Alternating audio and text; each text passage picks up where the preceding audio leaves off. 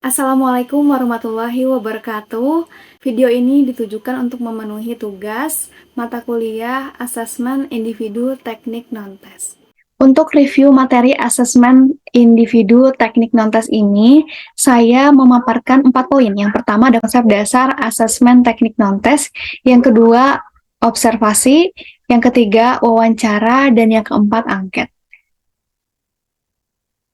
Untuk konsep dasar asesmen teknik non-tes ini, yang pertama ada pengertian asesmennya dulu. Asesmen ini menurut KBBI adalah kegiatan mengumpulkan, menganalisis, menginterpretasi data atau informasi tentang peserta didik dan lingkungannya untuk nantinya dapat memperoleh gambaran gitu tentang kondisi individu atau konseli dan lingkungannya. Jadi asesmen ini tuh berhubungan dengan data gitu. Nah, kalau dikaitkan dengan asesmen teknik non-tes, asesmen ini tuh sebetulnya ada banyak.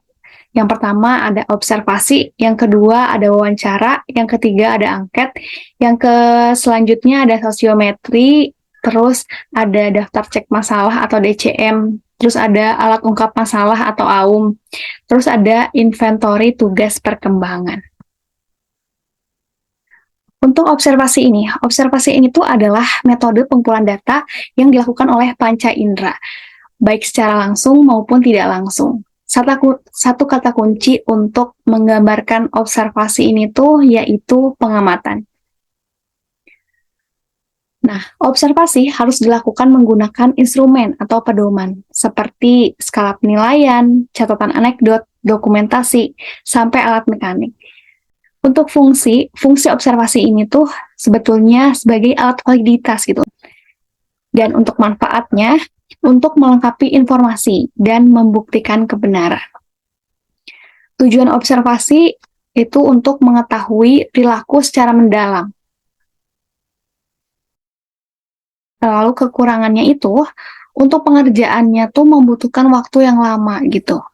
Dan untuk di sisi konselingnya sendiri, kadang konsel itu kayak sadar gitu, sedang diobservasi, sehingga mereka tuh menunjukkan apa sih harapan kita gitu. Jadi tidak sesuai dengan perilaku mereka sebenarnya. Jenis observasi ini, menurut Lul nih, beliau mengatakan bahwa jenis observasi ini tuh dibagi berdasarkan keterlibatan peneliti. Dan untuk William dan Young, itu tuh bilang bahwa jenis observasi ini tuh dibagi berdasarkan peneliti menstruktur observasi. Lalu untuk tahapan observasi ini ada 3. Yang pertama ada perencanaan, ada tujuan yang mau dicapai itu seperti apa sih, sasarannya kayak gimana, ruang lingkupnya seperti apa, tempat dan waktunya di mana. Terus ada pelaksanaan, itu pelaksanaan observasinya sama pencatatan data. Dan yang terakhir ada penyusunan laporan. Lalu wawancara. Wawancara ini adalah metode pengumpulan data yang dilakukan dengan cara interaksi, tanya jawab, dan memiliki tujuan yang telah ditentukan. Wawancara itu tujuannya untuk memperoleh informasi yang tepat gitu dari narasumber. Nah, faktor-faktor yang mempengaruhi keberhasilan wawancara ini tuh yang pertama ada pewawancaranya, yang kedua ada yang diwawancarai, dan yang ketiga ada pertanyaannya seperti apa. Terus kekurangan untuk wawancara ini tuh yang pertama pengerjaannya membutuhkan banyak waktu. Terus keberhasilan prosesnya tuh tergantung dari kepandaian si konselor atau peneliti dalam menggali informasi seperti apa. Terus interpretasi peneliti tuh bisa berpengaruh gitu. Sehingga nantinya pasti nggak objektif gitu dalam menilai konseling.